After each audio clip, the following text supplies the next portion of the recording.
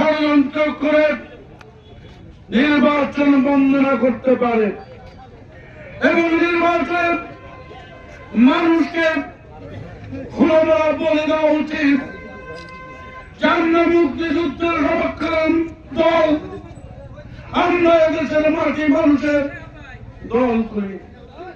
আমাদের নেতা শহীদ প্রেসিডেন্ট জিয়াউর রহমান স্বাধীনতার ঘোষক ছিলেন।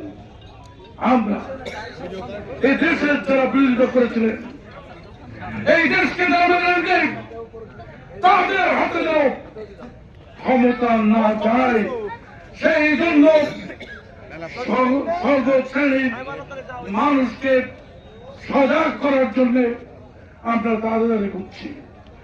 আর আমরা আপনাদের কাছে ধানের শীতের জন্য